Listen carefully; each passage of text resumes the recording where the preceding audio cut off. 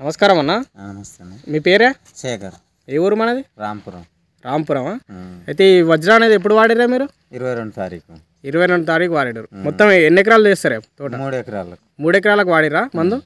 అయితే వాడినాక వాడకముందు ఎట్లుంది? వాడినాక బాగుంది సార్. ఇది ఆహా.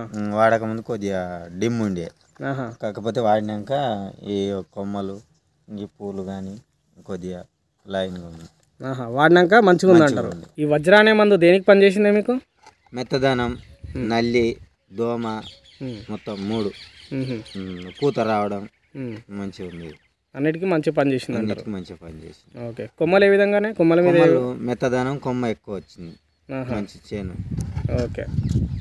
అంటే గ్రోత్ కానీ వజ్ర వాడినాక 12 రోజులకు సార్ మళ్ళీ కొట్టింది మందు. వజ్ర వాడినాక 12 రోజుల దాకా ఏది కొట్టలే? 9 రోజులు సార్. 9 రోజులకా? 9 రోజులకు. వజ్ర వాడిన 9 రోజులకు కానీ వేరే ఏది కొట్టలేదు? కొట్టలే. మళ్ళీ ఇప్పుడు కొట్టింది. ఓకే.